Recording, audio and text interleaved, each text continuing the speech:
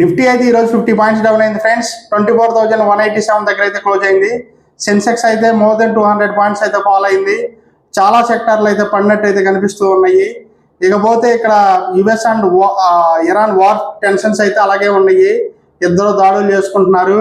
కానీ పాకిస్తాన్, ఖత్తార్, ఈజిప్ట్ అయితే బాగా వీళ్ళ మధ్య చర్చలు జరిపి ఎలాగలాగా వీళ్ళతో 10 days మళ్ళీ సీజ్ ఫైర్ పొడిగించి ఆ ఎంఓయూని కొంచెం సెట్ చేద్దామని అయితే చూస్తున్నారు.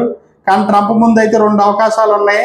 మళ్ళీ విపరీతంగా ఈ ఇజ్రాయెల్తో కలిసి దాడి చేయటమా, లేకపోతే మళ్ళీ ఎలాగలాగా కొంచెం సీజ్ ఫైర్ చేసుకోవడం అనేది ఉంది.